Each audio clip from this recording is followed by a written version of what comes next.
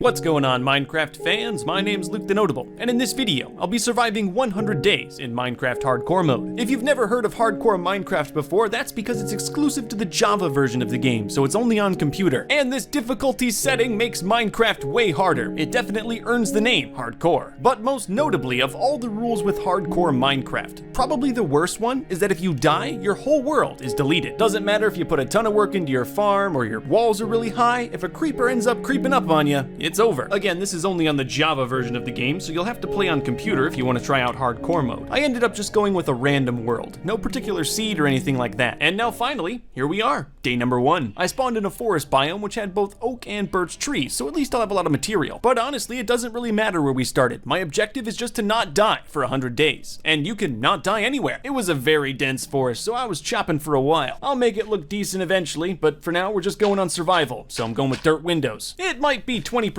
dirt, but if it has a door, it's home. I also wasted a good bit of time building a mine shack right next to my house that I would never use, because when it got dark I went to my main house and then just built a mine there. For our first day we did pretty well, had almost everything, but I was getting a little bit hungry. And Hardcore Minecraft is the only version of Minecraft where if you get too hungry, you can actually die. But I figured I'd deal with the food situation in the morning. I can't go out at night, so figured I'd just mine. I found a lot of coal and iron, which is great, but there's still so much to do. So now it's the next morning, day 2, but it's raining outside, so even though it's morning, it's just as dangerous as night. Whatever, at this point if I die I'm only losing like 20 minutes. Again, I spent most of my time just clearing out the area. It was filled with trees. And right as the sun started to go down, I had a pretty cleared out area, and even had a wooden fence to help keep out the zombies and creepers. You know, I loved those dirt windows, but I think glass ones will work a little bit better. And thanks to all those trees I farmed, I also got enough apples to keep me alive for a while. I mined at night, because there's nothing else better to do. By the morning of day 3, it was still raining, but these apples aren't gonna last forever. I've got to set a farm up. Thanks to all my work the previous 2 nights though, I had a bucket, which made it a lot easier. It's a humble farm, but in a couple days it'll feed me, and I won't die. Haha! I had a lot of cobblestone, so I decided to put it to good use and build a protective wall. I really shouldn't have done this at night though. As you can see, right as I finished, a creeper creeped up on me. After that creeper scare, I decided to spend the rest of the night mining more cobblestone. It was a nice bright sunny day on day 4, so I chopped down more trees. My entire compound is surrounded by them. Skeletons, zombies, and even creepers have been known to hide in these things, so I feel way safer with them gone. However, after 4 days of mining trees in the daytime hours, I started to pile up a decent amount of wood, so I began construction on the second story of my house. Sure, it's a little simple, but it's very functional. Compared to some of my previous attempts, I'm actually doing very good for day 4. No skeletons have killed me yet. I've got a house, of course I've got my little farm out there, and I even have a bed, so I can sleep through the night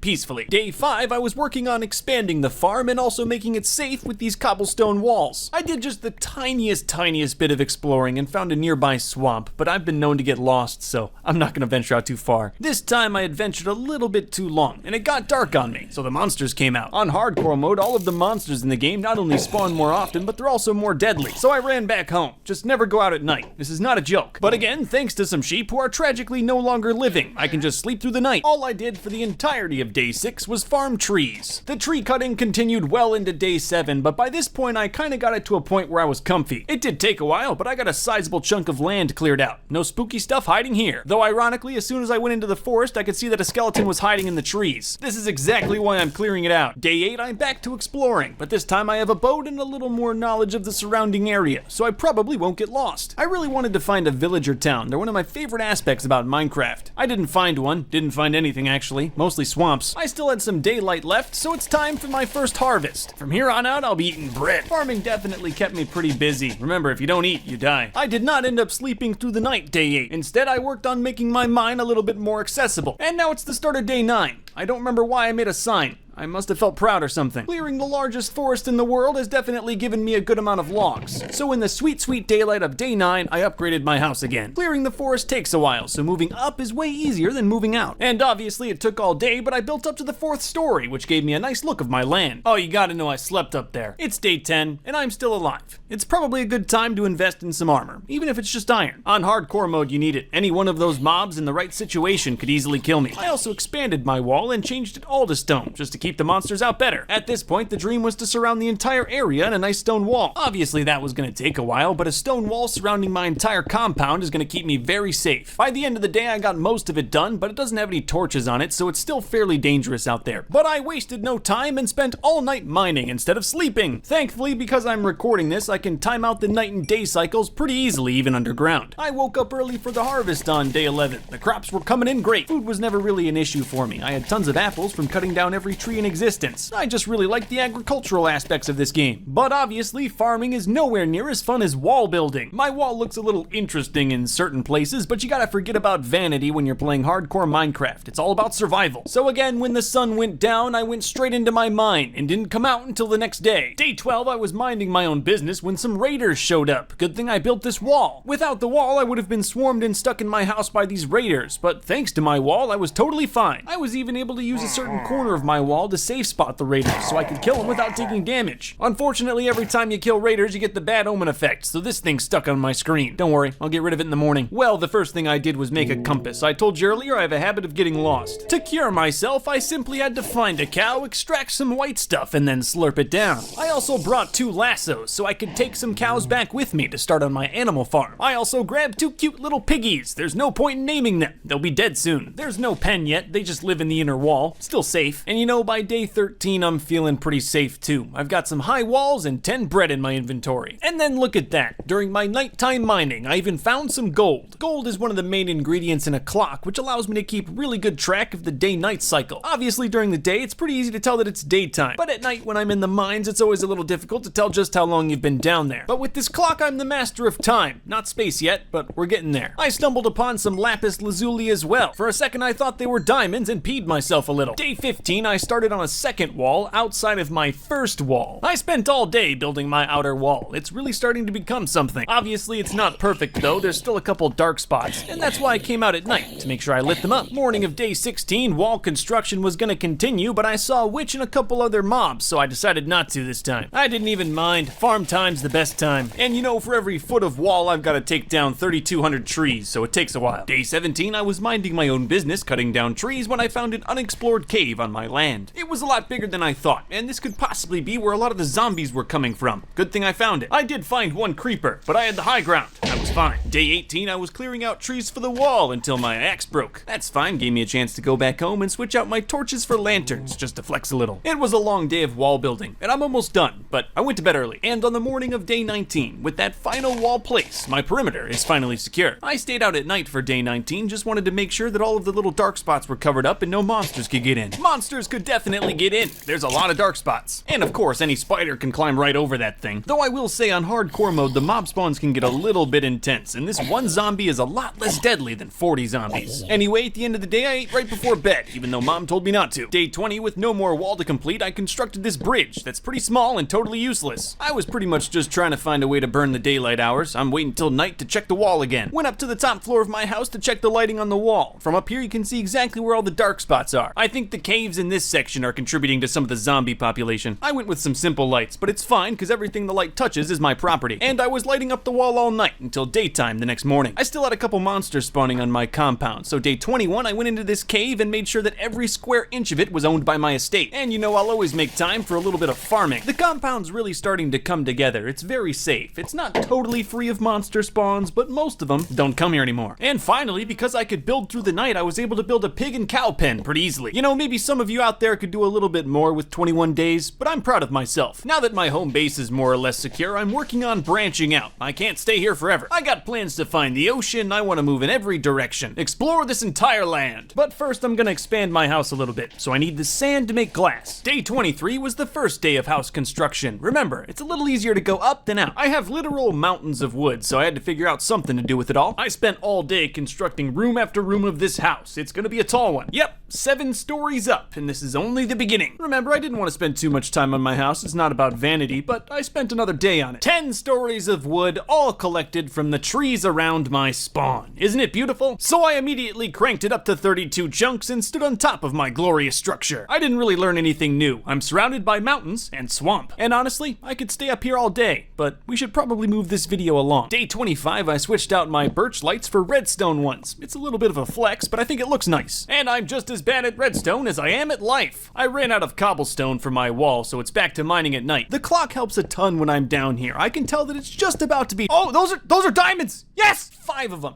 This is good. I made a sword and a pickaxe. I think most of us probably would. So day 26, with iron armor, a diamond sword, and most importantly a compass, I set out for more adventure. It was getting pretty late and I ventured out pretty far, so it looks like I'm hunkering down for the night. I couldn't sleep, so I just sat in the house and waited until morning while I ate food in real life. I went a little past sunrise, probably had to poo or something. On the road again, mostly just looking for villager towns. I really like those things. I didn't end up finding a town, but I found a desert ruin and some sort of outpost. I've looted desert ruins before, so I decided to go with this one first. There was a creeper inside, but honestly that's pretty standard. I actually lost about 35 days of work when I died to a creeper inside a jungle ruin. To my credit, it did lag a little bit and I had my shield up, still died. Anyway, back to the ruin. I can see the chest, but I know it's totally a trap. I took my time, I was extra careful, everything was fine. Hey, a little free TNT's always nice. I got a couple emeralds, some assorted bones, no diamonds or anything, but it was definitely worth my time coming down here. And it's getting pretty late, so we'll handle that other thing tomorrow. I made a pretty lame structure and then just stood there all night. Alright, now it's morning. Time to take on the pillager outpost. LOL, just build! There were a lot more of them than I thought, but I had a lot of bread, so I'll probably be fine. It seemed like they only spawned outside of the structure, so I went inside and barricaded myself in. The loot wasn't great, but I like carrots, so that got me a little excited. Oh wow, this got very out of hand very quickly. Most of them died because they shot each other in the back. It was very sad. I ran away, but with sweet victory. And my belly full of loot, I ran through the night to my home. I made it back fine. I could see my house from a mile away. I only had 8 carrots, but using the bone meal I got from the desert ruin, I was able to get those rookie numbers up quick. After farming, I spent most of the day fishing. There's a couple rare items you can get from fishing, and it's easier than going through dungeons. At night, I decided to upgrade my house, at least the first level. Putting different layers of wood is one simple thing you can do to make your house look pretty homey. One day, I think all the rooms will look this nice, but obviously, as you can tell, they're not. Day 30, I ventured out in search of chickens. I came back with sheep, which, you know, I guess I needed 2, whatever. And after all of day 30, I never did find chickens, but 2 llamas is just as good. Day 31, I found chickens, but I had to lure them the old-fashioned way. Good thing I can cut all of that out. It took all day. As you can see, it's dark now. I generally try to wait to harvest my crops until they're all fully grown, but I was just so excited to get at those carrots. Now I can finally start breeding all of the animals, except the llamas. I don't want more of those. It was kind of rainy on day 32, so I decided to redo my basement. I spent all of day 32 just making my basement look nicer, and I think I did an okay job. Day 33, I really started to get this animal farm underway. It's not just meat. Animals are used for a lot of different items in Minecraft, and that was pretty much it for day 33. I thought about mining, but decided against it. Day 34, I did a little more exploring and found a nice little meadow with a ton of flowers. I also found some roving pillagers, but with a little bit of building, it's pretty easy to take them down. And getting rid of the bad omen trait isn't a problem anymore. I've got access to unlimited white stuff. You know, going up to the 10th floor every night to sleep never got annoying. Day 35, I started on a bridge that would connect my land to a nearby shore. It took a little bit longer than I expected, but I wanted to make the part around my land a little nicer. After building the wall, I gotta do something with all this cobblestone. And everything you're seeing on screen now is a full day's work in Minecraft. Kind of underwhelming. And by the end of day 36, the bridge was completely done, complete with safety rails and torches. Day 37, I decided I was going to extend this granite road further into this mountain. However, the mountain was far chunkier than I could ever imagine. So if it's alright with all of you, I'll just skip the next 15 minutes of me mining. Took about half a day's labor at day 38 to break through the other side, but it felt good when I did. I spent the rest of the day making it look pretty until it got dark. Then I got scared. There's a massive birch forest on the other side. This is going to be a pretty cool road. Originally, I went with this stair design, but eventually I do scrap that and go straight across. And at the end of day 39, I was kind of wondering what I got myself into here. You gotta understand, I'm on day 40. This is the longest I've lived in a hardcore yet, at least when recording this series. In almost all of my deaths, I get bored, try something risky, and die, so I really want to avoid that here. And keeping myself busy with a massive road project seemed like a good idea at the time. Well, I always make time to go back and check on my cows. Day 41, I built a simple birch home on the other side of my tunnel. It's a little pit stop. If it gets dark and I'm on the road, I can just sleep here. I have some big plans for this road. I want it to carve through this forest. It's gonna be beautiful. One of the problems I immediately started running into is there is a lot of trees in this forest. Just wait, it's gonna take a few days of hard labor and then it'll look great. Can't wait to get up and do the same thing tomorrow. Honestly, I've been living this lumberjack lifestyle for a while now. Clearing trees is no problem, and it actually works out. They'll supply most of the material for this road. Day 44 was pretty much just more of the same. same. Constructing the road, clearing out birch trees. That's pretty much it. But by day 45, it was really starting to come together. This thing is looking pretty nice. This is very dangerous. I should not be doing it. You know, if I didn't have this birch shack, I probably would have died a couple days ago from staying out too late. And by day 46, the bridge was complete. No safety features, but complete. That's what I did on day 47. Made it look a little bit nicer, and also put up some fences to keep the mobs out. Day 48, I started building my shelter on the other side of the bridge. This will be a nice place to come to if I ever get bored of my main compound. But as you can see, even after a whole day of construction, it's not done yet. Yep, still out here day 49 until nighttime putting on the roof. But this was the last step. It's nothing special, but it is a little bit more property for me, and I'm proud that I have it here. We're back in the main camp for day 50, just tending to my crops. Gotta keep those carrot numbers up. I also did a little bit of work on extending my farm. It could never be too big. Food isn't really an issue anymore, but if I ever find a villager town, I need to have a lot of farmland to trade with them. I just worked on it all night peacefully. One of the nice perks of walls. I wasn't recording for the first day 51, but I don't want to confuse you all, so I'm just gonna show you this day 51. I wanted to find the ocean, and I found a big river that was just through this mountain, so all of the real day 51 I was carving through. Boat travel's really nice because it doesn't take up food, and most enemies can't get you if you're in a boat. So yeah, now we're finding the ocean, something else to keep me busy and not dead. I obviously get distracted easily because day 52 we're already working on icing out the bedroom. That honestly didn't take too long, so I had time to follow the river, hopefully to the ocean. And kind of like when I built that birch shack for working on the road, here I built a swamp shack. I would describe it as cozy. It's very functional. I just ended up mining all night. Now it's been 3 days and I still haven't found the ocean, so I went up a mountain to try to get a better view of the land. I didn't really get much, but it kind of looked like this river might be a good bet if I could connect to it. This is probably the most dangerous thing I've done so far. It was a long night of canal construction, but an uneventful one. By the time I got back to the swamp shack, it was basically morning. But I was right back at it in day 54. This is probably the largest part of man-made river I had to make. And finally, there it is! I can see it! The ocean! It was nighttime though, so I had to be quick. Cobblestone shack. The canal's not totally complete yet though. I'm trying to get one stretch of water connecting my house and the ocean. And as much fun as watching a full day of mining might be, I decided to cut it out, and I'll just show you the completed canal. There's still a couple rough spots, but it's one complete stretch of water all the way to my house. It's nice. I was able to time out the entire trip on day 56, and from my ocean shack all the way back to my house, it only takes about 5 minutes of normal time, or about half a day in Minecraft. But now on day 57, it's finally time to go out into the ocean. There's great loot in the ocean. Ruins, sunken ships like I have here, tons of stuff. I mean, just to show you right here, in this sunken chest, I found a diamond! I also found a treasure map and potatoes, which is awesome. Yeah, me and treasure maps have a pretty interesting past. Here I am, day 25 of another hardcore Minecraft attempt. I bet you can guess what happens. Yep, I was going for a treasure map, and drowned. I was way more careful this time. It meant a lot to me to get this treasure map. Yeah, sure, it took a while, but I found it, and didn't die. Can you see now why I wanted to go to the ocean? Look at all that great loot. Day 58, I found another sunken ship. I'm on a roll here. Honestly, this time around, I was most excited about the little bit of jungle wood. And right as the sun started to set, I found it. The villager town. Day 59, I began by stealing everything I could get my hands on. This one had a brewing stand. Those are insanely hard to come by. Ah,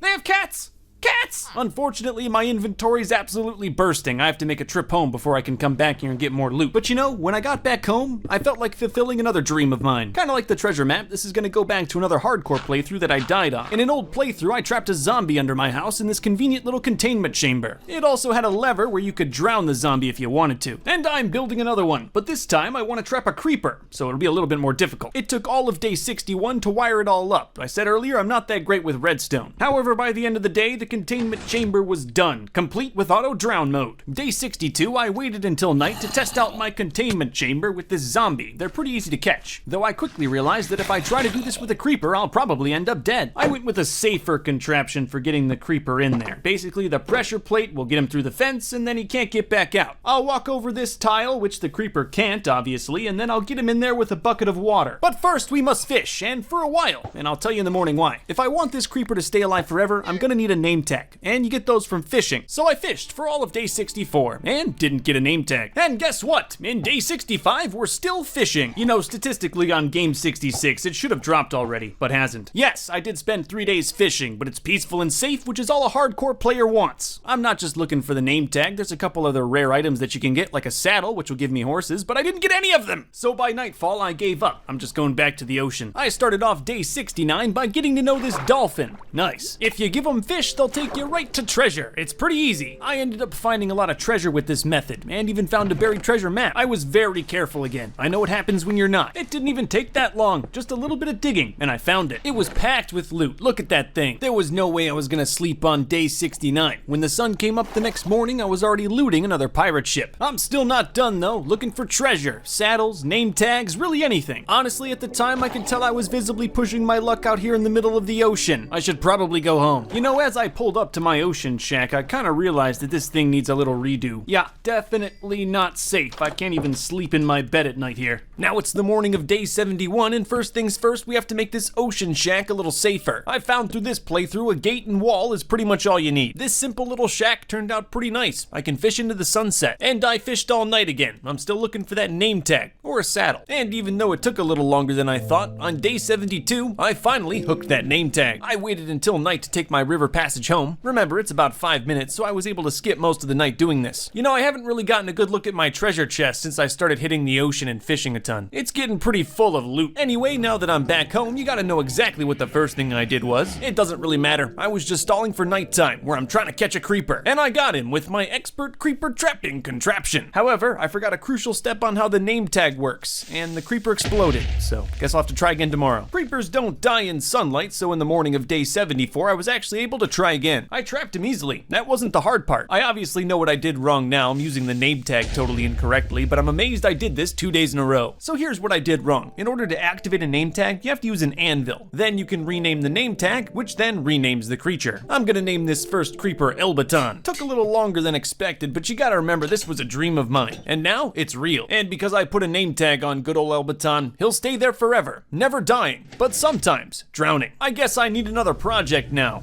Huh.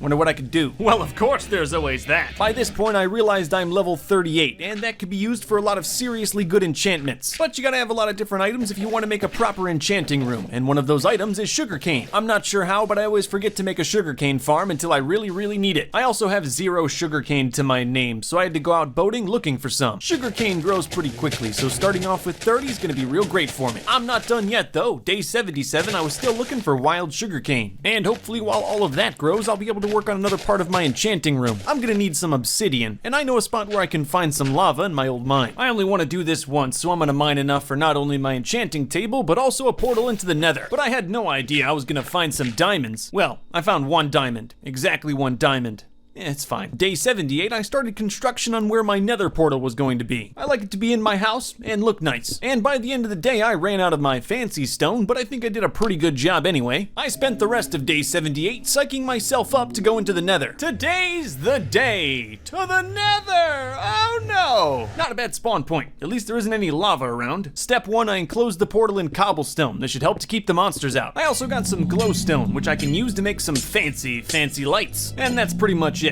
I got scared and went home. You gotta remember, I'm on hardcore. Day 80, my sugarcane farm wasn't at maximum capacity, but it was pretty close. But ultimately, I'm gonna need some more diamonds if I want to make this enchanting table, so it's back to mining. Around the start of day 81, you can check the clock in my inventory, I found an abandoned mine shaft. This is technically a dungeon, which means there'll be loot here, but I'm also gonna be insanely careful. The last thing you want to do in one of these places is get trapped by a creeper in one of these small areas. But if you're gonna find diamonds, this is the place you should probably look. And I found some. Well, just 1 diamond again, and it was guarded by a creeper. I still picked it up. The deeper I go into these mine shafts, the more nervous I end up getting. But as long as I keep finding diamonds, my hope level's going to be at an all-time high. So now it's pretty much the start of day 82. I know I've been underground the whole time, but that's what the clock's for. I've been just insanely lucky. You can see here I had to fight my way through, but there's more diamonds. But again, it was only those 2. Why does it keep doing this to me? My inventory was getting pretty full, and by this time I had found 8 diamonds, so I figured it was time to go back to the surface. I was very safe about the whole procedure. No need to die after you've gone through the dangerous mine shaft. It was still the nighttime of day 82, so I probably shouldn't be out here, but it spit me out right near my canal. So I made a little boat and got home quickly and safely. Day 83, we can just take some time to look at some of my treasures. It's literally full.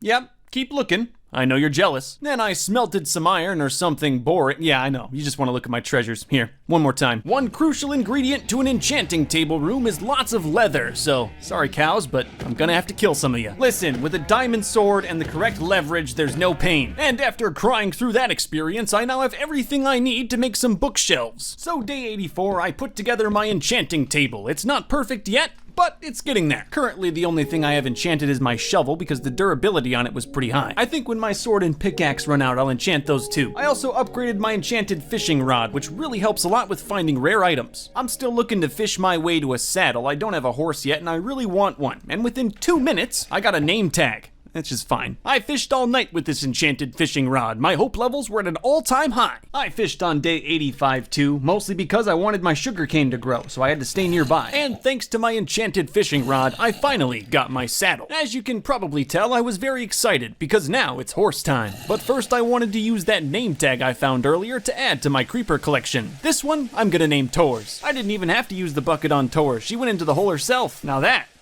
looks cozy. You know, I never anticipated in my wildest dreams that I'd live at this level of luxury. Day 86, I built an incinerator. I have so much trash I gotta get rid of. I put it in the basement behind the stairs, next to my nether portal and creeper chamber. And you know, I made it look pretty nice for a glorified trash can. Also, because my realm is so well connected, I know exactly where to find some plains. And I found a horse. There was another one too. If this one dies, I'm good. Day 87, we're gonna start off the day with a little horse exploring. Horses can't travel across water, but they can go up mountains pretty easily. Look at this thing. This mountain was the only thing blocking my path in this direction. And remember at the start of the video, I said I wanted to move in every direction. And on top of the mountain, I cranked it up to 32 chunks and could definitely see another villager town. So now I'm just working on a simple horse track through the mountain. It doesn't have to be as clean because I'm not going to be doing this on foot, only on a horse. Most of the job and most of day 88 was just clearing trees. I feel like it's the start of the playthrough again. And by day 89, I built a track perfect for horses. I'm not going to do this on foot though. It'd be dangerous. By the end of day 90 though, I was almost done with the entire thing, building the last little leg through the swamp. Yeah, it got dark right as I connected to the villager town, so I figured I'd take the short trek home. It only takes about a minute. And you might notice this is a different horse. Yeah, the other one died. It happened on day 89, I just didn't have the heart to tell you. He fell during construction. That was all that was left of him. It's fine though. He helped. And now I have a great horse road. I'm back in the villager town in game 91, grinding up some of these villagers. If you manage to get one to max level, they can sell you some pretty nice stuff. It's a shame it took me so long to get horses. I could have set up this route forever ago. Because I have a massive farm, by day 92, I was already at master level for one of the villagers. He'll sell me golden carrots or glistening watermelon, which are just so rare. There's a few other villagers I'd like to level up too, but there's no way that's gonna happen with all the zombies running around. But for now, they all seem to be safe inside of the well. It shouldn't take long to fix up this villager town, it just needs a little bit of love. Generations of creeper attacks haven't been kind to it, but I'm here to fix it now. And after the town was certified safe, I let all the villagers out of the well. However, unfortunately, on the way back through my horse road, I was attacked by a skeleton. He didn't do that much damage, but my horse despawned. I'm pretty sure he's still alive, but not certain. I was horseless game 94, so I couldn't really go back to the villager town. Might as well hang out here. I spent a good bit of time constructing my throne room, because every house should have a throne room. Mine is quite comfortable and lavish and has a great view. And you know, for the sunset, there's no better spot. Good news, I found my horse. He wasn't dead like the first one. I only have a little bit more time left, but just enough time to set up a little house in the villager town. With a big enough potato or carrot farm here in town, I could easily get enough emeralds to max out all of the trading villagers. It only took me a day to build, and it's not much, but I think it blends in pretty well next to the other houses. And now if I want, I can sleep amongst the villagers. Nice. Day 96, I worked on my own personal property, and even installed a horse pen so I don't have to tie him up to the well. Day 97, I had to run back to the main camp to get supplies for an iron golem, and I started doing chores, which chewed up my daylight. But I was back in the villager town by day 98, and I brought with me an iron golem. There already was one, but he stays on the edge of town generally, and is pretty useless. Now that the village is saved, last step is setting up a farm so I can exploit them for their resources. And that was pretty much it. I saved the villagers and rode off in style. It was gonna be dark by the time we got home. Perfect for day 100. Immediately when I woke up, I noticed a bunch of pillagers on my property. How did this happen? I was planning on revisiting all of the different areas that I built throughout these 100 days, but it looks like this is gonna take a little bit. I don't know how they spawned amongst my animals, but I know several of them are gonna die. That's pretty appropriate for hardcore Minecraft though. This game is pretty unpredictable. Ultimately, I vanquished the loiterers and drank that sweet, sweet white stuff. Now there's no way I'm gonna be able to visit all the different areas I made, but I should honestly just farm. It's probably more useful. There's still a lot to do, and if you guys guys want to see me go to 200 days, well, I'm gonna need this produce. So here we are, back to the only reality that matters in day 101. The entire compound's the same from the first 100 days, complete with creeper collection. But of course, in these 100 days, we're gonna have to get right to work. We have some serious objectives. I really didn't ask too much of myself on the first 100 days. The only objective was to not die. But now with most of my infrastructure set up, it's pretty easy to survive, so I'm setting my sights a little bit higher. Mark my words, by the end of this 200 days, the Ender Dragon will be killed and I will have beaten Minecraft. But until then, we gotta do some farming. Well, farming, mining, exploring, killing, tons of stuff. It's gonna be a great 100 days. And here it looks like day 101's just about over. Very productive, but still a lot more to do. Day 102 began with the clearing of more land. I need to make tons of space for a farm. Using only carrots, I can employ this entire town for their entire life. They're not very smart. I have the carrots, so I make the laws. I worked all day again. Only 98 more days until my date with the Ender Dragon. Sorry, still working on the farm, but if anything, it should show you how important it is. However, no farm is complete without a wall to surround it. Yep, I'm gonna build a giant wall again. I honestly think it's one of the only reasons I'm still alive. I doubt this one will have 3 different layers, but one good stone one is all you need. For now, the villagers are safe inside of the well, but I'll never feel safe until I have a completed wall, so I went to bed early again. But day 104, we're back at it, building the most important structure in my entire town. I think I've survived so long because I try to take those extra safety steps, like wall building. Sure, it might take a while, but once this wall is set up, I'll feel a lot better hanging out in this town. And this time at night, instead of sleeping, I just stood perfectly still in one spot so my crops could grow. I am dead set on finishing this wall before I do anything else. I'm gonna spend a lot of time in this town. Can't have creepers creeping up on me. Construction was going pretty good until I ran into this hilly portion of the villager town. I'll get through it, but it was definitely easier to build walls on flat land. And again, I chewed up all of day 105 just constructing my wall. Time well spent. It's a little better, but you can tell there's tons of dark spots throughout this entire town. Still pretty dangerous. But you know, these crops are looking mighty scrumptious. Day 106, I heard some nagging zombies underneath the town, so I figured I'd go check it out. There's basically a small cave system underneath this town, and that allows zombies to spawn. I guess in theory they don't really hurt anyone, but I should probably get rid of these mobs anyway. Like my frog from 2nd grade, I'll cover it with dirt and pretend it doesn't exist. And then there was nothing else better to do, so I just worked on some more wall. By this point, I'd say about 70% of it's done, so zombies can still get in, but they can only come in from one angle, so it's pretty easy to defend. And for day 107, I could show you another full day of wall construction, but I doubt you want to see that by this point, so we can skip to the sunset and a completed wall. But the real test will be at night. I'm looking for any dark spots and I'm gonna fill them with light, but I'm pretty good at building walls and securing areas, so I really didn't run into any problems tonight. No mob spawns in the town this time. So in the morning of day 108, I figured there's nothing better to do than farm. Eventually, I'll be able to sell my crops to these villagers, but I've never done this before and I really don't know how the whole system works, so this is gonna take a little bit of figuring out. But until then, nothing will go to waste. I'll just stockpile my crops in this chest. I also need a couple more things back at the main camp, so I'm gonna take my horse road home. And now stocked up on supplies I left at night to make it back to the villagers. It's heavily nighttime, but thanks to my wall, I can work on my subordinates in peace. I know for an absolute fact that there's probably a better way to do this, but I don't know how to do that, so my way's gonna have to work. And now it's technically the next day, but I was so focused on getting these villagers to work that I actually forgot to stop the recording. So we'll just say day 108 was an extra long day. Whatever. Now it's day 109 and I'm just trying to get these villagers to go in these huts that they'll stay in their entire lives. So far with my menial knowledge of villager occupations, I was able to get a master farmer and a toolsmith. But remember, I don't know much about the villagers. These green ones are actually called nitwits and can't learn a profession, so I wasted my time on him. However, I wasted no time at night, doing one final check to make sure that everything is covered by light. And hey, the crops are looking scrumptious again. So on the morning of day 110, I went straight to my favorite thing, farming. But I won't be selling them this time, I'll be reinvesting to make the farm even larger. And after 10 days, this village is really starting to come together. Look how comfy that guy looks. Hey, it's day 111. I don't know why I'm excited, but I am. Though pretty much immediately, I went back to the main camp. I gotta grab a few more things. One of them was wool, and even though my sheep farm is in violation of several health codes, it still produces. I needed the wool to make beds to make a villager spawner, which of course I've never made before. It pretty much chewed up the entire day, and it never worked. Awesome. And it's not like I didn't try. Here's day 112. I read all of Google. I even gave them food. They never spawned. Looking back, I'm almost certain it's because the room they're in is too small. Whatever, if you're not gonna breed for me, I guess you'll be imprisoned there for eternity. These villagers weren't a complete waste though. I was able to get a toolsmith to master and he'll sell me a diamond pickaxe for 23 emeralds. So now, thanks to my investments, I can basically turn carrots into diamonds. And with how big my farm is over here, that pretty much means I have unlimited diamonds. Sort of. And now on day 113, I'm going into the nether. Gotta keep you on your toes. I really haven't haven't done anything in the Nether since the first time I came here, and that was pretty brief. But if I'm gonna beat the game, I have to explore the Nether, even though I don't want to. Even though I'm in the Nether, I'm gonna try to make this as safe as possible, though I'm not gonna cut any corners. It might take a little bit of effort, but I feel the best way to travel through the Nether is tunneling. And if I place cobblestone along the floor of the tunnel, nothing should spawn in here. I hope. Your days can get a little weird down in the Nether, but now it's day 114 in the real world. And it took a while, but by day 115, I found what I was looking for, the Nether Fortress. I impishly stepped inside and even found some diamond horse armor. But while getting a lay of the land, I was attacked by a wither skeleton. I bonked him with my shovel and ran away. And I didn't stop running until I made it home. Now it's day 116, at least I think, and I'm gonna redo my Nether portal. I didn't change that much, but I figured a portal to the underworld should have some style. But it'll be a little bit before we go back into the Nether. It's a very dangerous place and I want to make sure I'm prepared. So I went back to the village and started construction on my diamond mine. I wanted to keep the exterior simple so it would blend in with the villagers. And I think I did an okay job. This is the part where most YouTubers would have 3 episodes of their Minecraft series dedicated to mining, but I can just snap it away. Aren't you glad you're watching the best Minecraft series on YouTube? I am. I constructed this mine to find diamonds, and I won't stop until I have enough for some diamond armor. And so far it was going pretty good. By the end of day 118, I had 14 diamonds. You know, I don't normally like to mine with a diamond pickaxe, but because I can buy them from villagers, this time I'm going with it. Then finally on day 120 with this massive chunk of diamonds, I should have enough for some diamond armor. I'm also incredibly lucky none fell in this lava. Not bad, only took me about 3 days and I've got full diamond armor. I don't have enough experience to enchant the full set, but at this point I'm just looking for one of these items to have some sort of fire protection. So now with some flame resistant boots, I'm back in the Nether. One of the first things I did when I got back to the Nether Fortress is I installed this iron golem. I'm not really sure how helpful he'll be, but it's a good peace of mind. I also lucked out and found nether wart and soul sand, both very useful items. But I'm primarily down here because I have to kill blazes. That's what these creatures are. And somehow, I really don't even know how I got this lucky. I found an entire blaze spawn. This is likely the most dangerous situation I've been in this entire series. Great! I really took my time with this thing. In my wildest dreams, I'd love to have an efficient blaze farm, but I know I'm not good enough for that. Understand that I'm not really sure what I'm doing, but I also have really good diamond enchanted anti-fire armor, so these things can't really hurt me. It took some serious elbow grease to build this thing, but once it was done, I had a nice enclosure with the blaze spawn. The final product isn't very complicated. You can see it's made of mostly dirt, but it does work. Somehow, that all just went perfectly according to plan. When I emerged from the Nether, it was nighttime, so I guess we're just gonna call this whole thing day 125. Now those blazes drop blaze rods, which are turned into blaze powder, and then when added with an ender pearl, make an Eye of Ender, which is part of the end game. The Eye of Ender will help you find the End Fortress, which is where you have to go to beat the Ender Dragon and beat the game. However, I almost immediately lost one of my Eye of Ender and burned down this forest in anger. Don't worry, there's about 1,000,000 more steps to beat Minecraft, and somehow chickens is part of it. I'm not sure how, but it took me 126 days to spawn an iron golem in my compound. There was also one of these traveling traders who showed up, and he was gonna sell nautilus shells. I know they're important for something. Too bad I left all my money in the diamond mine. Gotta go grab that. I didn't want to miss out on this trader, so I went right back, and he was still there. Using a Heart of the Sea and nautilus shells, I was able to make a conduit. I'm not really sure what it's for, but I know it's important. For now, we're just gonna throw it in the treasure chest though, and maybe come back to it if we get to 300 days. You know, one thing I've never really been proud of is my horse road. I know it's a horse road, but it should look a little nice, come on. And while I've never really had any problems with it, it's only a matter of time before a creeper creeps his way on it. So I'm installing some safety features. Yeah, who knows, maybe with enough work, this won't just be a horse road. It could be a people road. I worked all day on this side of the road, and at night, I added more lights to my main compound. You can never have enough. Day 128, I'm out here laboring, cleaning up the hilly portion of my horse road. I know in the past I've said it's not about vanity, but it's totally all about vanity. At night, I ran into an enderman, which is convenient, because they drop ender pearls, and I need those to beat the game. But he didn't drop one. I'm gonna sleep with the villagers for tonight, and then in the morning, I'll work on the horse road from this side. The villager side of the road is just way worse, mostly due to lack of public funding. I'm pretty sure I also built a good portion of it at night frantically, so that's never good. Kinda like that old birch road I spent 20 days on and never used, I'm gonna have this thing carved through the swamp. And by nighttime, I wasn't near done, but at least I can dismantle this old ugly piece of road. I'll have to do a little bit of work here on day 130, but you can obviously tell that this road is much better already. Yeah, the bridge is done, but it definitely doesn't look good on the other side. I guess we can skip to the nighttime of day 131, where it still looks pretty meh. I don't know, there's a lot of work to do here. By day 132, I got the road to a point where it was pretty safe, but I started to run out of walls. So I guess I'll work on the mountain portion of the road then. This is easily the most hazardous section. I've lost a horse here. I kind of installed a big dirt net under the bridge, so if I fall, I'll hit this instead of the ground. And I don't really have too many plans for up on top of the mountain, but I definitely want to put some more lights up here so skeletons don't spawn anymore. I worked until the sun came up. I'm sort of getting tired of it. And I wasn't recording, but now I have a cat. so there's that. You didn't really miss out on much. I pretty much just finished up the horse road. Now I'm gonna start another project right near the villager town. It shouldn't take too long. That is, if this cat wasn't following me. I'm gonna handle this man. I decided to be nice to the little guy and give him his own house. That's more than a lot of the villagers in this town. And I worked on my mystery construction until nighttime, so I should probably go home. I don't really know why I'm pretending this is some secret. I'm just building a simple watchtower near the village. I was hoping that during the nighttime I'd be able to use this thing to fight Endermen. The plan didn't really work, but at least I have an amazing view of the village. And way out there in the distance, that might be another villager town. And even though my excitement was at an all-time high, before we do anything, we have to watch the sunrise. It wasn't even really that far of a walk to get to this town. Nice. The first thing I noticed is that this village is doing great. They even have children. Whoa! So the first thing I did, and the first thing you should always do, is lock all of these men in their houses immediately. It's as easy as ringing a bell, and then once the villagers go inside their houses, you lock them in there forever. And it was a long day, but I know all of these villagers are important. I actually care about their lives. But as you can tell, on the morning of day 136, it's obviously pretty dangerous over here, so we're gonna have to do some wall building. Thing is, my inventory's kind of packed right now, and I don't really have a main camp over here. So I'm gonna have to go back and get some supplies, but I don't have to worry about these villagers because they're all imprisoned for eternity. And this is just perfect. My stonks, the dividends! So before we head out on day 137, I'm gonna turn these carrots into emeralds. And I'm really hoping with this clean slate town, I'll be able to do a little bit more with some of the villager professions. One of the things I definitely need is a cleric, and I happen to have 2 of them. If you level them up high enough, you can buy ender pearls from them, so there's no need to kill endermen. Nice. The cleric's really the only one I care about, but I also happen to have a bunch of blank villagers as well, so I can get tons of different professions. Yeah, we've opened up another can of hard labor on ourselves, but you know, give us maybe 10 days and this thing should look great. Step 1 is create a farm. If I don't have any food, then I can't tax my citizens. This farm I wanted to not only be functional, but also look a little nice and have a little bit of an automated feature as well. But I don't know how it's already dark. I got like nothing done today. Though I wasted no time on day 139, this farm is really starting to come together. I said I wanted some automated features in this farm as well. It's not gonna be too complicated or anything, but you'll see. However, before I could finish it, my eternal clock, the sun, told me to go to bed. Very early on day 140, I was able to finish up the farm, and I was even able to finish up the conveyor belt running underneath it. Now, when I harvest these crops, any that fall in the water on either side will be delivered to one simple spot underground, and all without redstone. We're also gonna change up our wall building technique. I've got so much dark wood over here, I might as well make fences. It got dark, but now it's the next day. That's generally how it tends to work. Luckily for me, this town is pretty flat, so I was able to lay down a ton of fences in no time. And just like that, I'm about 10,000% more at ease. It's still a lot of area though, despite it being pretty flat, so this might take another day. Yep, just had to throw a couple more touches on the wall in day 142. This town really has seen far less bloodshed than the other one. It might actually turn out to be a good community. I think when this is all said and done, I'll probably build a proper house here, but I don't really have time for that right now. But my hard work's paying off already. My economy is booming. I even persuaded this cleric to sell me some ender pearls, which is really the whole reason I came here. Then at night, on my way back to the first villager town, I upgraded my horse. My other horse was terrible, but I didn't realize until I rode this pixelated steed. And by the morning of day 143, I had basically made it back to the main camp. I'm mostly just here to check on my pumpkins. I had never grown them before. Also gotta breed the chickens. All 10,000 of them. I asked Tors and Elbaton if they wanted anything. They said they were good. All I did, literally all I did day 144 was farm. I have so much farmland, it literally takes that long. However, my hard work paid off the very next day. I had 45 emeralds and went on a shopping spree at the cleric. Now that I have 12 Eye of Enders, I should be able to find the end fortress, but the sun isn't that high in the sky, so I should probably try tomorrow. And that's exactly what I did in day 146. I rode out into the great unknown, looking for the end. I found another town in a spruce forest and quickly stole all of their property. I rode all day and didn't find anything. It was dumb of me to think this was gonna be easy. And since I can't sleep, I just packed up in a tiny little shack and stood there all night, like a normal person. And on day 147, thanks to my Eye of Ender, I was right above the Ender portal. I'm about 2,000 blocks from the main camp, so I decided to make my own little dirt shack over here until I found the end. I've got to dig through an entire mountain though, so this is gonna be a little difficult. Technically, early on day 148, I found the end portal, and the first step was to build a convenient ladder right to it. It took all day, but now I can go straight from my dirt shack to the end. And now I'm home.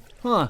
I used my compass and wasn't recording. Anyway, now I know exactly where the end of the game is, so I can truly focus on preparing for the Ender Dragon. I've never killed the dragon before, especially on hardcore, so I'm gonna grab everything I could possibly need for this fight. The chickens were for feathers, this gravel is for flint, there's so many different things, it's gonna take a while. Yeah, it's gonna take a while, but it's also gonna require some serious resources, so on day 150, I went back to farming. I feel like that's pretty much all I do. And then right before bed, I gave my horse a golden carrot, for no reason at all. I will be moving between these these two towns though, so on day 151 I constructed a tunnel and horse road between the two. It really didn't take that long, basically about half a day and I was done. The whole road is essentially 3 arches. Very simple, only for a horse. Maybe for a guy in daytime if I forgot something. And at night I burned down the forest to make room for my road. I'm sure the local townspeople won't mind. The next morning I discovered a large cave right next to the horse road. I didn't explore it or anything, just covered it up. Like all my problems. Yeah, I essentially spent the entire day fixing little problems that no one would notice but me. Also, my cleric isn't selling me ender pearls and I have no idea why. I'm not an expert at this stuff. Whatever, I'll figure it out tomorrow. Tonight I'm sleeping in the castle. Hey, look at me, clearing trees again on day 153. That must mean I'm up to something. It is another road. There are many like it, but this one will definitely be the longest. For now, I did the math, and if I extend this road 2,000 blocks in one direction, it will lead exactly to where my ender portal is. I'm setting up a hard supply line for not only the ender dragon, but also all the things that come after the ender dragon. If you guys want to see 300 days, and I know you probably do, this road has to exist. And you know it's going to take a little bit, but honestly, it might be the most important thing I've built this entire series. Don't worry, the plan isn't to have one long section of road that would obviously just take tons of materials. It's kind of going to be in little strips. This is probably the most designed section of it. I was just lucky to have this tree there. This is a road that probably will never look nice, and I'm okay with that. I just love the idea that I could maybe one day cleanly go from my main compound, like the starting one, all the way to the end, easily by a road. But I almost immediately ran into the problem of mountains. And in my opinion, I think in this scenario, it's a little bit easier to just tunnel on through. So yeah, we just added more work.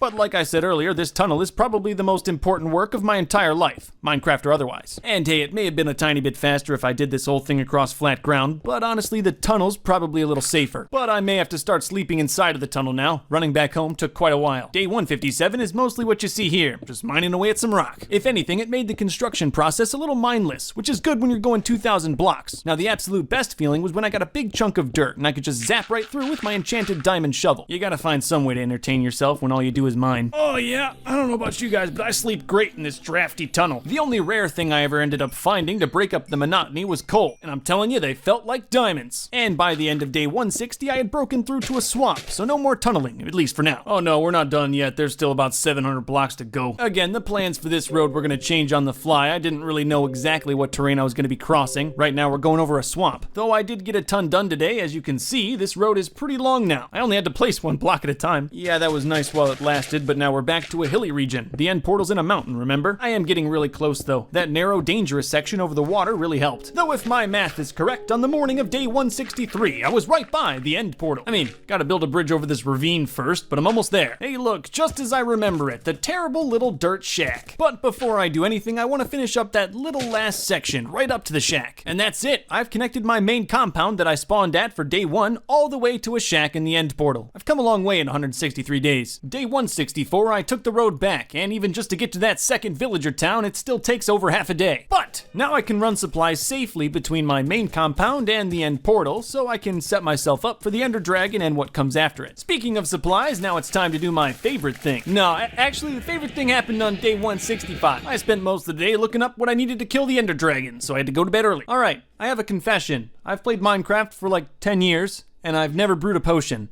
Never, not once. You can generally find some helpful tips on YouTube if you can get past the terrible dubstep intros. I don't want to explain it because I still don't totally understand it, and I'll probably have to look it up again when I have to make more potions. But I was able to learn the brewing process, and by the end of the day had upgraded potions of slow falling. I also set aside a designated chest for everything I'm going to take into the end portal. I'm gonna go as full kit as possible. I was just busy all day learning new things. Time got away from me, and I had to go to bed. Then on day 167, I wasted no time and took my horse road back to the second far villager town. Oh, and I farmed along the way. Gotta pay my mortgage. The cleric still isn't selling me ender pearls. I have no idea why. I even moved him into my own house. I thought maybe he was feuding with the other guy. Well, listen, buddy, we're gonna figure this one out. The easy way or the starvy way. Day 168 is mostly gonna be about preparation. Tomorrow's a big one. I mostly just worked on some of the other villagers. Here I'm leveling up the butcher. I really wasn't sure what the villagers were gonna give me at max level, but in my experience, if you get them to master, there's always something that's worth your while. I also started then completed construction of a large L right outside the town.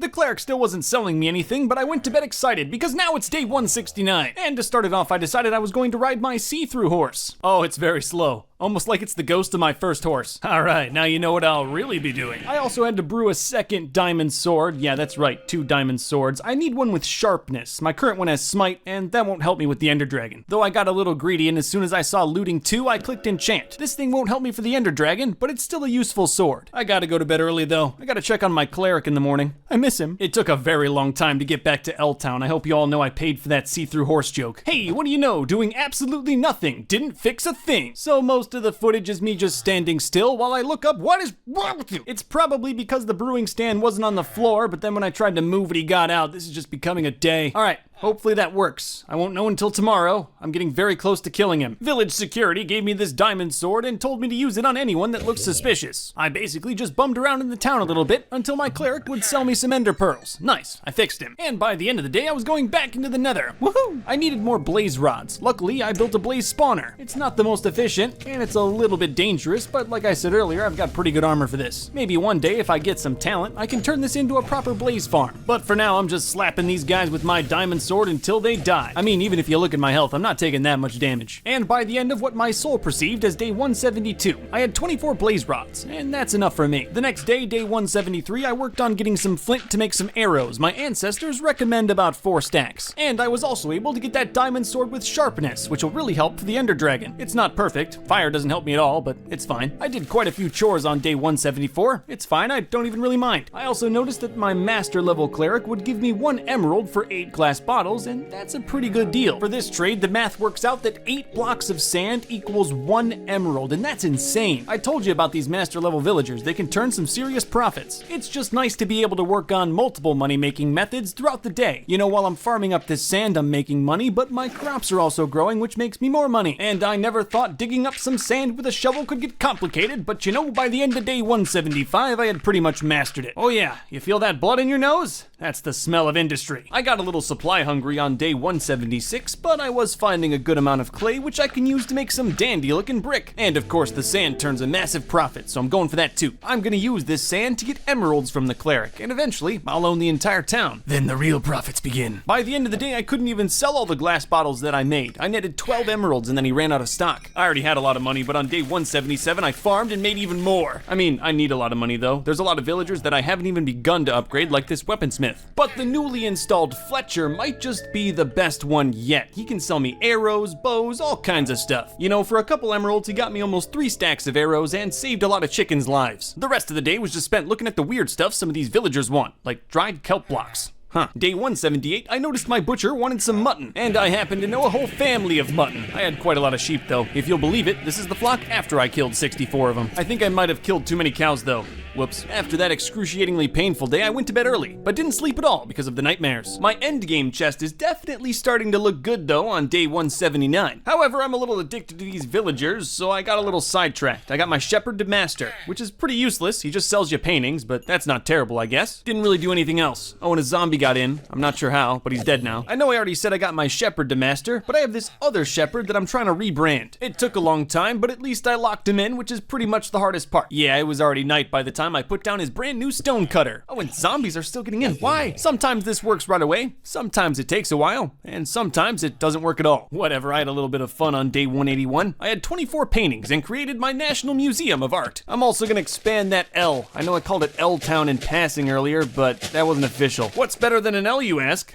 Maybe an LTN. Not bad, huh? The morning of day 182, I started by cleaning up the front entrance to this town. Remember, kids, care about your appearance. Everyone cares what you look like. There was also a small hill in front of the LTN that I deleted to make the view better. There was quite a lot of sand at the front entrance, and that's actually profitable for me, so I replaced it with dirt. Sure, it's not perfect, but it looks a bit nicer, and it's definitely safer. I was proud of all the improvements I made. It definitely looks better, especially at night. So I just stood on top of this hay bale and clonked zombies all night. After a quick morning of farming and consumerism on day 183, I went back to the first villager town. You know, that town that was pretty cool, but then I forgot about it completely when I found a cooler town? There is one good thing about this town. I've got a toolsmith that I leveled up to master, so I can buy diamond tools from him. Yeah, but then later I almost totally lit my house on fire, which would have been bad. It's made of mostly wood. That was pretty much all I wanted to do that day, but I ended up getting a pretty nice shot of this town's skyline. Day 184, I realized there's no way these townsfolk will recognize my greatness unless I build a throne. You might be sitting there at home thinking that I'm just stalling fighting the Ender Dragon, and you're right, but at least I'm being creative about it. Sorry, local businesses, looks like your land belongs to me now. Like any good throne of an oppressor, this one needs to have fire. You know, if that doesn't hold up my authority, I don't know what will. Oh, and you gotta know it's really, really comfy. Yeah, even from over here, I feel very oppressed. You know what's weird? Day 185, I realized one of my blank villagers became a stonemason. Whatever, this works, I guess. I wanted one because they'll sell you fancy stone, like these bricks or chiseled stuff. Yeah, I'm so rich I went all the way from novice to master in one day, and he'll sell me blocks of polished quartz, so I can get real fancy. So at night, I left on the long road to my end shack to polish it up a little bit. This area is pretty embarrassing. All there is a dirt shack and a ladder all the way to the end. I really like using bricks, so you have to understand I was having a ton of fun with this. I go through those pillars to get to the end. It looks pretty cool, right? I don't know, I think it is. I also carved out a pretty uninteresting basement. This is where I'll make room for some storage and maybe a bed. And by the end of the day, it was mostly done, but I still got a few more things to do. I dismantled the good old dirt shack on day 187. It served us well, and we will always remember him. And then the rest of the day was just spent making the end shack look nicer. And I think I did a pretty good job. Fire always helps. Then by the end of the day, we had a respectable base that looked nice and had a bed in the basement, which is all I really need. But I still need a few more things before I fight the Ender Dragon, and one is iron. Diamonds would help too. Honestly, I didn't really find much. Like 2 iron, definitely no diamonds. A lot of coal though. I'll be sleeping here for the night, but I'll definitely have to get back to my diamond mine. Well, I guess checking the ravine won't hurt. I was very careful, mostly just tunneled through the side of the ravine and used math to find the iron. I'm gonna raise an army of iron golems to fight the Ender Dragon, so I'm gonna need this iron. It really wasn't that dangerous, especially since it was the daytime, and my smite sword makes these zombies die in one hit. I left with a ton of daylight and 56 iron, so it was totally worth my time. Alright, it's the last 10 days. We're fighting the Ender Boy on day 200, so let's settle our affairs. You can tell I got right to mining. Still gotta find that iron, maybe some diamonds too. I happen to have a villager that'll buy my smooth stone, so I'm actually profiting the whole time I'm mining down here. And I've got a fortune pickaxe, which can multiply my diamonds, so I got a ton pretty fast. By the end of the day, I had 32 diamonds, but it didn't feel like I had nearly as much iron. Now I'm back in the main camp, consolidating some of my rarest items into stuff that'll help me fight the Ender Dragon. This is the first time I'd ever built an ender chest. You can't even really use them unless you have a silk touch pickaxe like my boy Tim here. It's essentially an extended inventory that you can use in emergencies, so this is gonna be perfect for the Ender Dragon. The rest of the day I just got organized. With how I keep my chests, it took a while. The entirety of day 192 was spent brewing potions. I filled up my ender chest with all the potions I was gonna take, so now I gotta make duplicates. It took all day, but I also messed around a little. I made a water breathing potion here. Anyway, I'm going back to VT1 at night. Yeah, for day 193, this is pretty much the only frame I have to show you. And you know it was a good one. The next day I found a real skeleton spawner though. This is awesome, I can convert this. I even took the time to open up my ender chest to grab my silk touch pickaxe, Tim, and mine the spawner. But it didn't work. I was so sad. Then day 195, I pretty much just got lost in a cave, but at least there were resources down there. I've got a surplus on diamonds, redstone, pretty much everything I need, but iron is so scarce right now, I don't know how. I know I said I was lost, but I just waited until the sun was high in the sky and then followed my compass home. Haha, I knew this bridge would have a point one day. I spent the rest of the night frantically rummaging through all my treasures. I'm spending day 196 trying to get the absolute perfect enchants. I'm trying to get a hold of some anti-fall damage boots. My forefathers have highly recommended them. I'm sorry, chickens. I'm just gonna need a little more XP. Well, I didn't get the perfect enchantment, but I got protection 3, which will help at least a little. I also would have really liked an infinity bow, that's another enchantment, but I guess 4 stacks of arrows will work just as good. Hey, and look at me, I'm taking my horse road as a people road. Good thing I put in those safety features. Day 197, I spent all day moving mountains of stone between the villagers. I was getting so rich I had to put a sizable amount of my money in blocks. This village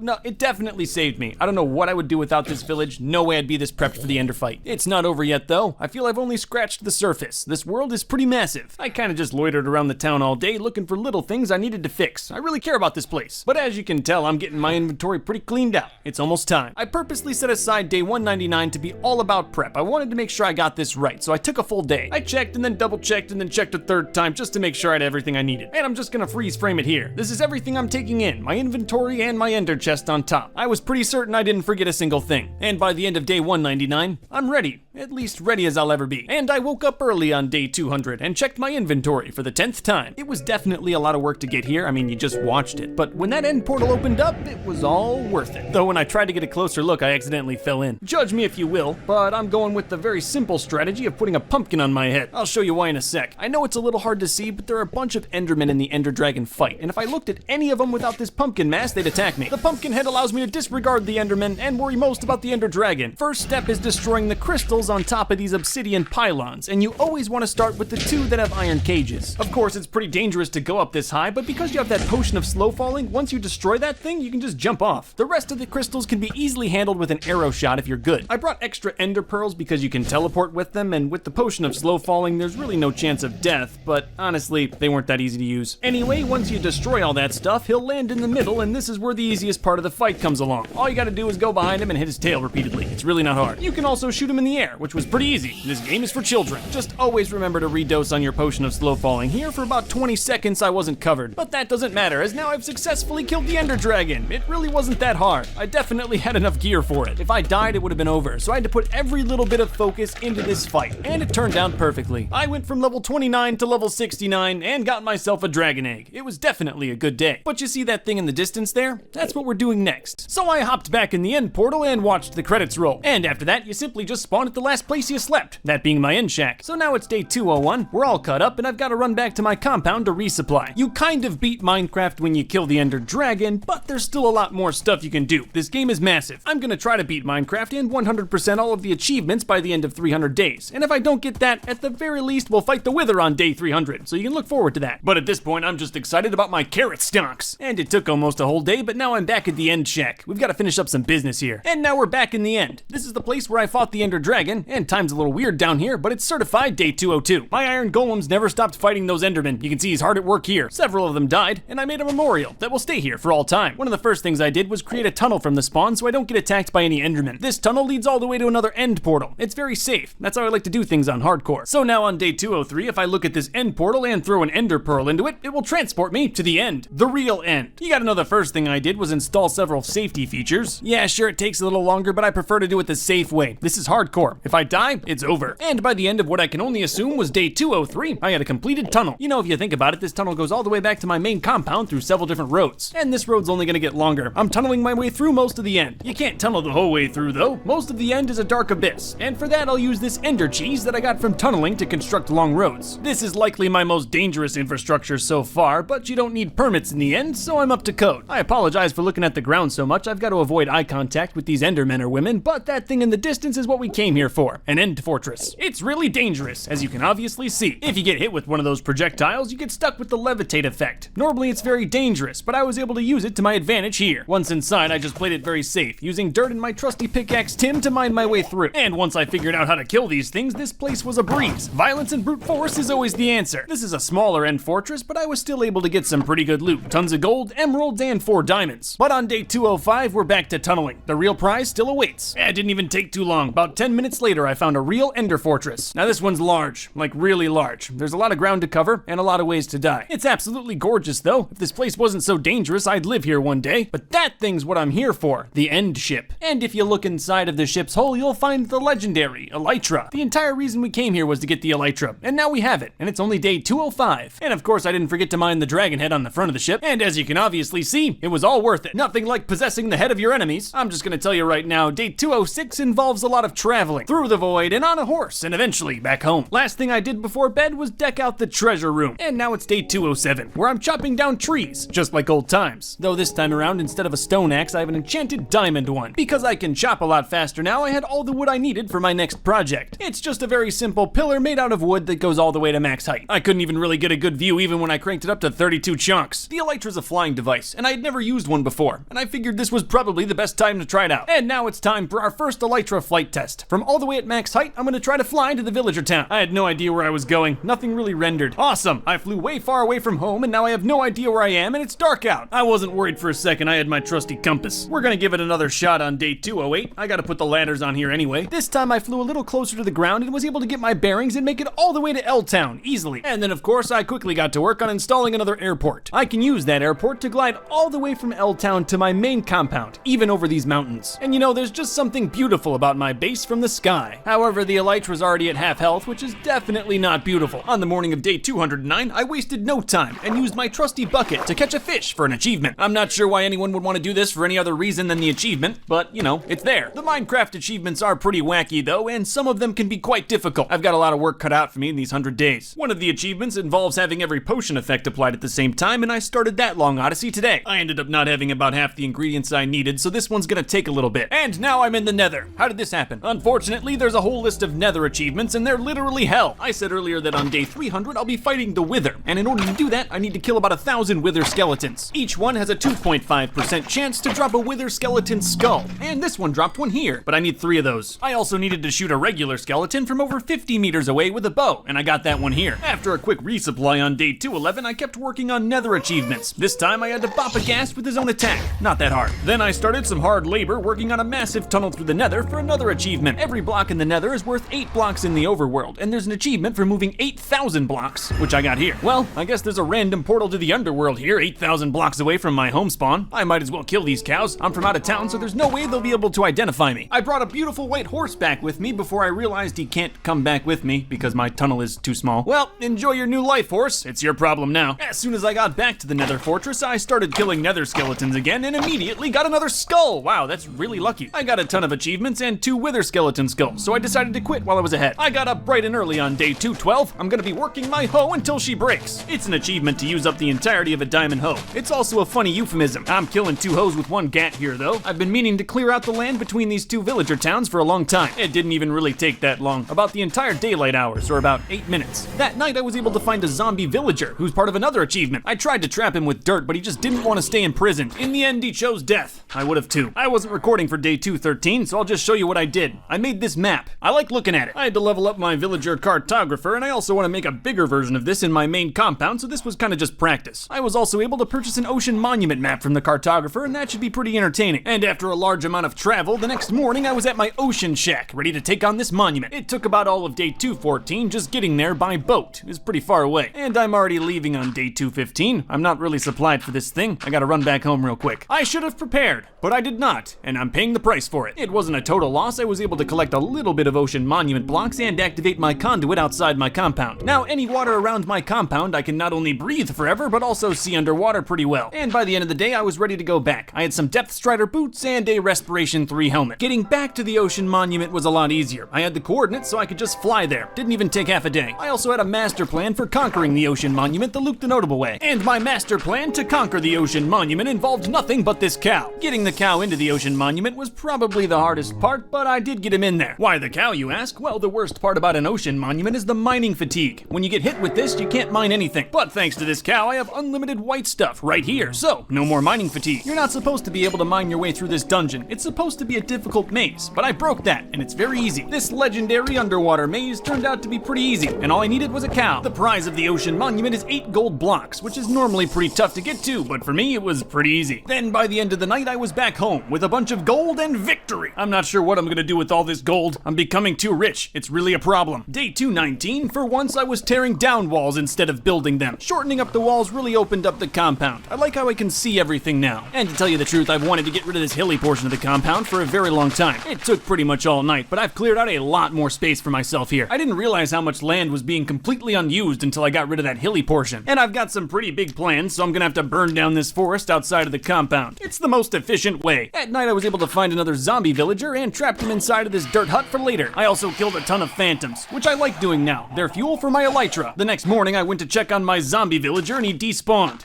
Ugh. I then took out my aggression on someone unarmed and weaker than me. I spent the rest of the day trying to figure out how the bees work. I really have no idea. By the end of the day, I had 1 beehive, which for me was a great success. And at night, I slept in the first villager town. It's been a while. We're back in the main camp for day 222. I'm preparing to build a big map here. I decided to use my basement mine, and I quickly ran into some issues involving lava. Though I only had to get enough iron to make a few compasses, so I'll be good. And this is where my map will live. Once it's made, it'll look awesome. I lied. I need more iron, and there's no way I'm building an iron golem farm that's just inhumane. And you know, caves haven't been that dangerous, especially since I invested in some diamond armor. And look at that, after a long hard day with no paid lunch, I had 59 iron. I was so excited I just sat there all night smelling the fumes. Alright, now it's time to map out my land on day 224. It's time for a tax assessment. It's really not a difficult process, you just go to a corner of your land and map it out, just like that. Then you go back to the main map and place it where it's supposed to be. It's pretty easy. I didn't want to venture out too far, it did get dark out, but I got a pretty good amount of it done today. I'm also finally disabling that mine shack I built all the way back on day 1. I've never used it once. I'm gonna build some proper storage. The chests in my house can get a little bit cluttered, and by that I mean totally cluttered and not even usable. But before we do that, we have a map to make, and thanks to my elytra and rockets, it was pretty easy to get pretty far out there. It took all day to get the far pieces, even with my rockets and elytra, but it's gonna be worth it, I'll show you. The map turned out better than I ever could have imagined, and you know, I can always make it bigger. I could easily stare at this thing for the next 75 days and nights, but I should probably get to work on something more productive. You know, hell can be pretty productive. I only need one more wither skeleton skull, and I want to make sure I get it before I get close to day 300. Though that skull only has a 2.5% chance of dropping, so I'll have to get pretty lucky. I was down there for a while and killed several families of wither skeletons. On day 228, I even found an unexplored part of the Nether Fortress where I got some diamonds and gold. But by day 229, some of my diamond armor broke, and I just gave up. It's not safe to be down here. I need more diamonds, I always need more iron, and I probably should have a proper mine on my main compound, so that's what I'm doing here. It's also built right next to my storage, so I can put all my cobblestone and other assorted items in here when I'm done mining. But I'm not gonna mine at night. It's been like 10 days since I've slept. Not to be like every other Minecraft YouTuber out there, but I wasn't recording for the first part of day 231 and got some diamond armor. You're just gonna have to believe me. The rest of the night, I took the Grand Luke the Notable Canal to my ocean shack. Apparently there's turtles here, but I don't know how they work. I'm sure they'll be useful eventually. But until he becomes useful, he'll stay here, imprisoned. Sorry the frame rate's bad, I got it on 32 chunks. I'm just looking for some new land. I'm mostly just burning my time until night. I've got to kill drowned. I've never found a trident and I need it for several achievements. These are the drowned. They're pretty easy to kill with my depth strider boots. I never found a trident, but I did find some pillagers. I'm indifferent about the situation. I left with the bad omen effect, and that's all you gotta know. Plausible deniability. I slaughtered more drowned zombies at night with my Smite 4 sword. It's pretty easy, but I never found a trident. I mean, one of the drowned threw about 4 tridents at me, but I never got one. I found a jungle temple on day 234. I lost about 30 days of work in one of these before, so I was pretty careful. The loot was okay, just barely worth my time coming down here. On my way back home, I ran into a pillager outpost, and one of the best ways to take one of these down is to land right on top of it. Again, the loot was pretty trash. I don't even know why I came to this thing. I was just gliding home when I flew a little bit too close to this town, and the raid started on it. Uh-oh. I really don't have time to help. I hope you kept good ancestral records. Day 235, I was just trying to forget about all the innocent souls I just killed by planting some bamboo from the jungle. After that, I figured we could just clear some more forest. The efficient way. Doesn't that look far, far easier than chopping? You see that big open field? That used to all be trees, until I burned them all. I found that village I accidentally sent the raid to. Of course, they're all dead. It's a shame, it was actually really close to my main compound through the forest. You might also notice that this is a different horse. The other one burned to death. Kinda like this. The next day, I went out searching for some bees' nests. I only have one, and that's not very efficient. I found another outpost and couldn't stop myself from killing the inhabitants. Everything was going swimmingly until a pillager captain killed my horse. Oh, you're gonna pay for that one. Tomorrow, this peaceful villager town is gonna be overwhelmed with raiders. It's gonna be a lot of fun.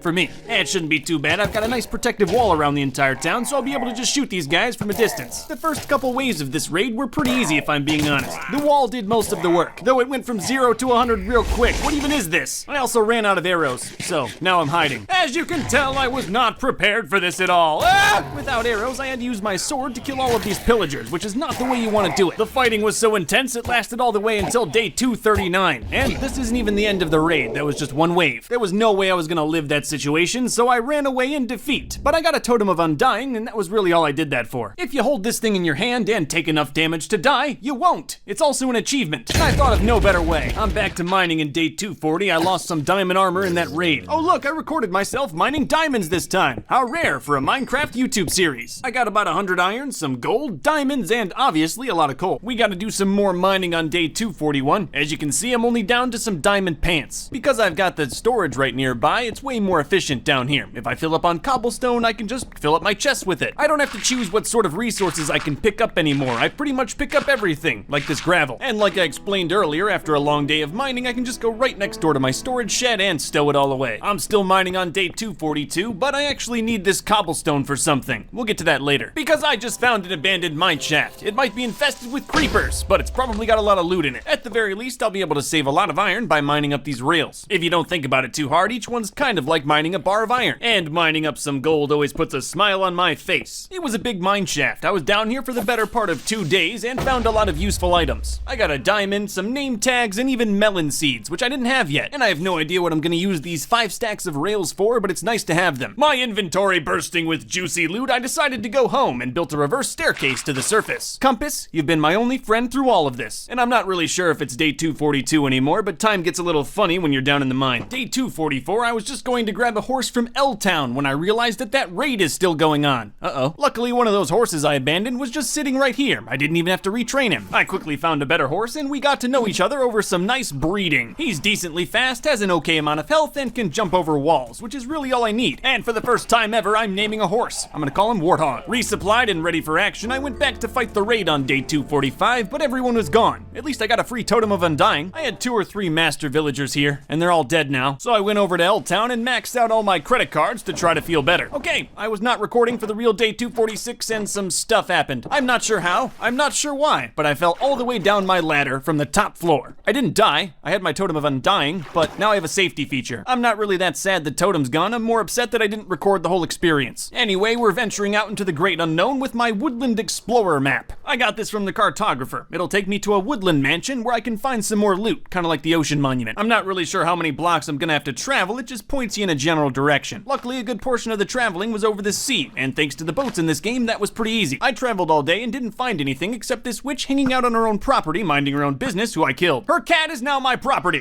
What do you mean it's gonna cost 19 levels to fix my elytra? This is ludicrous! I didn't know that these mansions can be tens of thousands of blocks away from your main spawn, so I made the decision to quit. But I burned down the witch's house just to say that I did something while I was out here. It also made me feel a little better about wasting so much time. Good news is I only have to walk back about 15,000 blocks. Woohoo! At least I timed it right and spent most of the nighttime, which is the most dangerous of course, in the ocean. I used my elytra very sparingly. I didn't know it was gonna cost so much to recharge it, but by the nighttime of day 249, I made it back to my land. You can pretty much see it from a mile away. I'm checking on my honey stocks in day 250, and as you can see, they're at an all-time low. So I just decided to farm. It's been a while. By the end of the day, it looked like I generated some honey, but I still don't know how these bees work. Doesn't matter though, because after about 12 days of labor, I got my first honey block. There's an achievement for jumping onto a honey block to break your fall, and that's what I'm gonna be doing today. At least that's what I thought I was gonna be doing. It didn't seem to work for me. All I know is that this fall should normally kill me, and the honey block prevented it, but I still didn't get the achievement. The rest of the day, I leveled up my Fletcher to master, and he'll sell me a piercing 2 crossbow, which I can use for another achievement. Day 252, I ventured out in search of another village. At the rate mine keep dying, I probably need to find another one. I didn't find a village, but I found another witch who I obviously killed. Hello, cat. I'm your new owner. I'm very cruel. You'll get used to it. I wasn't recording for day 253. I spent all of my time corralling these cats into this house. It was easily one of the most difficult things I've done so far. Oh, and it's finally time to put all of this cobblestone to good use. But that'll have to wait until tomorrow. It's getting dark out. Yep, we're building a mob farmer. A pretty simple one, but a mob farmer. I'm mostly just doing this to get a little bit more gunpowder and XP at the end of the day. And at the end of the day, I was almost finished, but not quite. It's incredibly simple technology. Zombies, creepers, and skeletons will spawn on these platforms and the water will push them into the center. And because the entire thing is covered in dark, they'll spawn 8 minutes a day and 8 minutes a night. I originally said 24/7, but that's just not accurate for Minecraft. I was 90% done and ran out of cobblestone though, which is just disheartening. Well, I know one thing that always lifts my spirits. We also have an absolutely apocalyptic problem developing. My throne room! Ah, the view! Instead of having an absolute mental breakdown, I decided to just mine. It's a little cathartic. And diamonds, well, those are just straight euphoria. I left the mine with all the cobblestone I needed, 64 iron and 10 diamonds. A good day. So day 257, I continued construction on my completely ethical mob farm. I finished with a good amount of daylight left and went to go farm some more trees in the swamp. I'm gonna need them for something. But at night, I was almost instantly distracted by these skeletons riding skeleton horses. I want one. Huh. That was pretty easy. I'm not sure if this is a glitch or intentional, but you can't put a lead on a skeleton horse just yet. Whatever, he'll just roam around. And because time passes, now it's the next day where I'm expanding my house. Don't let me confuse you here, this is 100% all about vanity. I'm pretty sure by this point we're at 13 or 14 floors, and we're only going higher. You see that white stuff at the top of the ladder? Those are the clouds. And after another long day of house construction, I assured that my new throne room will have a perfect view of the sunset. I also upgraded the throne a little bit with a nice diamond seat cushion. We're gonna do some more exploring on day 260. I won't get lost. By this point, you can see my wood from space. Yes, that was a penis joke. By the end of the day, I found the ocean and made a little shack out here. I'm hoping to kill some drowned in the meantime. I killed several drowned, but none of them dropped a trident. I don't even need it for a weapon, it's just for an achievement, come on! Day 261, I found a pillager outpost, and after taking the trash loot inside, I decided to burn them all alive. They just stood there as the lava overtook all of them. It was quite satisfying to watch, and because I have the elytra, I was able to fly away before the cops showed up. I've definitely been to this desert before. It was at some point during the first 100 days. It turns out this desert was fairly close to my main base, which means I never really had to build that ocean canal. Well, it ain't a Luke the Notable 100 days video without a good old-fashioned road project. It's definitely not my proudest creation, but it's a useful one. You see, the whole reason I wanted to get a useful connection to the desert was for the glorious, glorious sand. I can turn this sand into glass panes and glass bottles and sell them for massive profits at L-Town. For now, though, I'm gonna use these glass panes on my house. Embezzlement is the way. Day 263, I harvested my melons. The farm isn't that efficient, but I had to set it up all by myself, unlike some other Minecraft YouTubers out there. I then took a short trip back to the desert and started shoveling more sand. This is a top-tier investment right here. You know, these fumes might be bad for my health, but nowhere near as bad as being poor. Day 264, I got my fisherman up to master level, and he'll buy oak boats for me for 1 emerald, so obviously I'm going to exploit that. Farming was just the beginning of the profits. I wasn't recording for the daytime of day 265, but I'm back in the main camp for some action in the night. There's an achievement for killing 2 phantoms with 1 crossbow shot, and it's pretty difficult. I was literally up all night trying to kill 2 of these phantoms with 1 shot and never did it. Oh well, on day 266, I went back to leveling up my villagers, and this weaponsmith just got to master, so that's the last one. I am insanely rich though. From that 1 inventory of sand a couple days ago, I'll get about 200 emeralds. You guys already know I got the cake. And I'm also starting to stockpile some of these mob items like gunpowder from my mob spawner. The bamboo I planted earlier also grew, and it just looks nice. I spent pretty much all of day 268 fishing. I'll need them for tomorrow. I also happened to acquire one of the best fishing rods in the entire game. It's got the curse of vanishing, which just means if I die it gets deleted, but if I die the whole world gets deleted, so that doesn't really matter. So not only does this one have luck of the sea, which makes me more lucky while fishing, it also has mending, which means it actually repairs the fishing rod every time I catch a fish. Later I was fishing by the mob spawner when I noticed a zombie villager spawned. Yo! But by the time I got back with the necessary items to complete the achievement of healing him, he despawned. Oh well, now it's day 269, the best day in the whole series. I figured today was as good a day as ever to start breeding the cats. They have all been bred to work, like every other creature in this land. Anyway, that night I ventured out on my boner horse looking for another village. I did not end up finding a village, and my horse died. I stayed up all night avenging him. I can't believe it took me until day 270 to build a nether wart farm. I also started the slow process of grabbing more obsidian. I'm gonna need it when I inevitably go back into the nether. I spent the rest of the day cleaning up the track between my main compound and the desert. There's a lot of trees in the way. And that's pretty much what I did all day. I said there was a lot of trees. You know, I don't miss the swamp that used to stand here at all. Who needs them? I was just exploring the vast desert on day 271 when I found a village. Whoa! There's so many of them! And they're all breathing! And now, they're all imprisoned for eternity.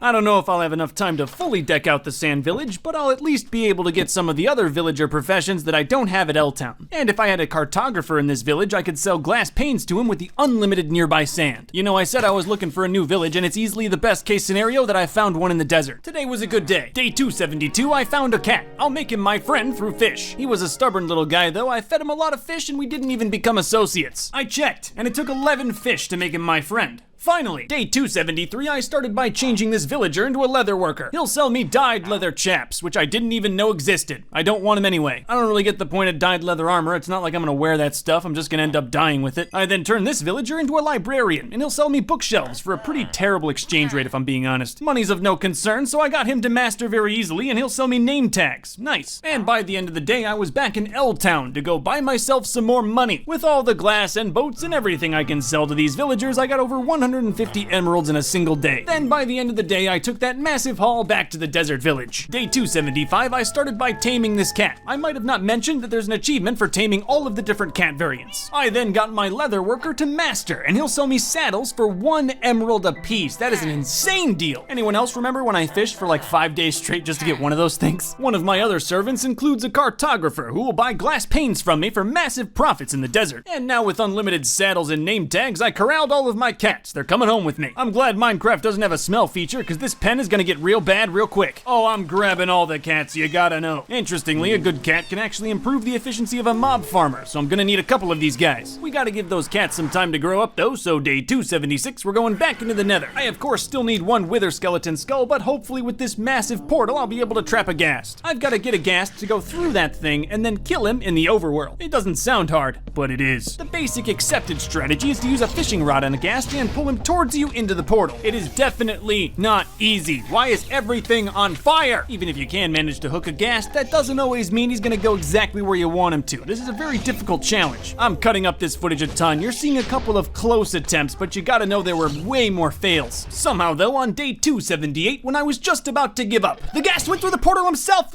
The hardest part is getting him outside. Once he's there, it's pretty easy to kill him with one arrow. As you can tell, I was very happy. I'm still in the nether for day 279 though. Gotta keep killing these wither skeletons. I even upped my chances by increasing the overall size of the nether fortress with these nether bricks. But even after all of day 280, I ran out of pumpkin pie, and there's no sense in fighting a bunch of skeletons if you don't have food to heal yourself, so I had to go home. The first thing I did on day 281 is put my cats to work. If you put them in the corner of your mob farmer like this, they'll actually scare creepers into the center more often, and that means more gunpowder. And would you look at that, it almost instantly started working. But now we're back in the nether. I've got less than 20 days to get that last wither skeleton skull. I went all of day 282 completely dry, and day 283 was even drier. I had literally just resupplied on day 284, and one of the first wither skeletons I killed dropped the skull. You can see I pretty much just stood there in shock. Now that I never have to go back to the nether again, I was in reality and attacked by 2 phantoms. And one was caught in this tree. Now's my chance. I took my sweet time, lined it up, and with one arrow, got this achievement. This is what I was doing during the daytime of day 285. I just wasn't recording, finally putting those mine tracks to good use. It was always kind of a meme that I spent like 20 days on this road and never use it, but now I'm gonna use it. But as you can obviously see, it's not done yet. It even has a purpose. You're not really supposed to fight the wither near your main base, so I'm gonna fight him near this birch house I built. The minecart track isn't really necessary, but it's definitely one of those little luxuries in life that you need to have. I just need you guys all to know that I rode this thing back and forth about 30 different times. To fight the wither, you gotta do it at the lowest level of bedrock, and I was just building a shaft all the way down here when I jumped in some lava. No! I very calmly grabbed my ender chest and a bucket of water inside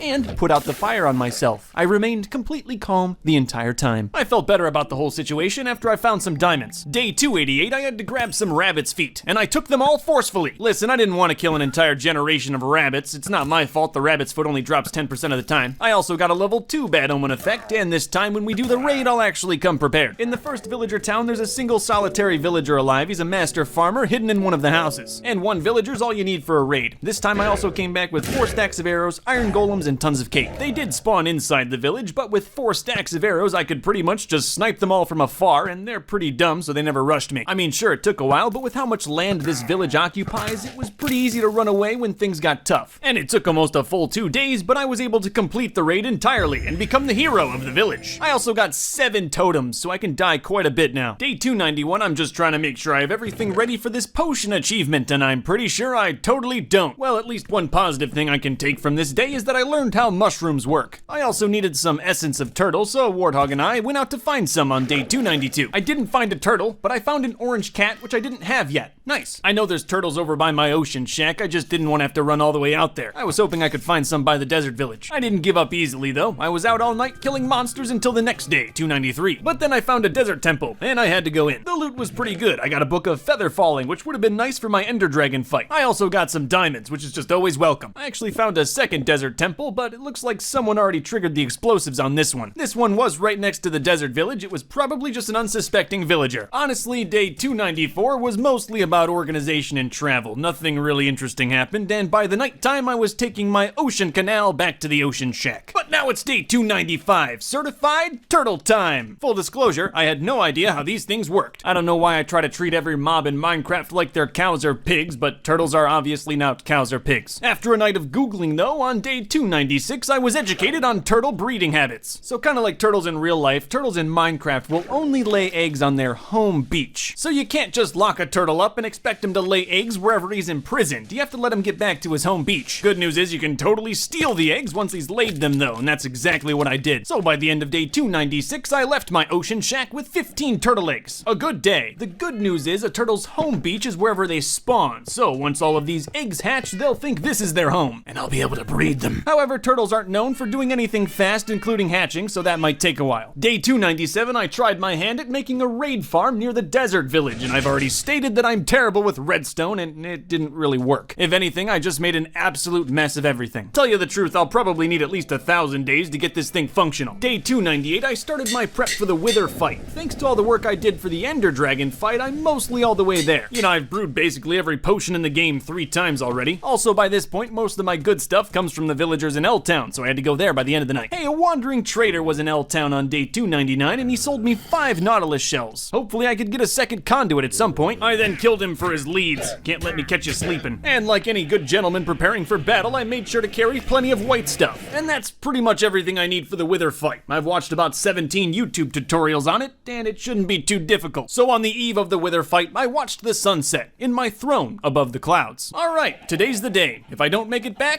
Warthog's in charge. Don't worry, the dog I don't talk about, I'll be fine. I'm gonna be honest, I think this minecart track is probably my favorite thing I built in these 300 days. To spawn the Wither, you gotta put some soul sand in this sort of fashion, like an iron golem, and then you put the 3 Wither skeleton skulls on the top. Make sure you drink your potions, and don't miss the placement like I just did. With that final Wither skeleton skull, the Wither will spawn, and now it's go time. He's got 2 phases. In the first one, you've gotta shoot him with arrows, and it's not very difficult if you've built a shaft like this at bedrock. He basically can't hit you. Once you get him down to half health, your arrows won't work anymore, and that's when it's time to pull out your sword. Because I've got a Smite 4 sword, though, I do an absolutely insane amount of damage, and wow, he's already dead.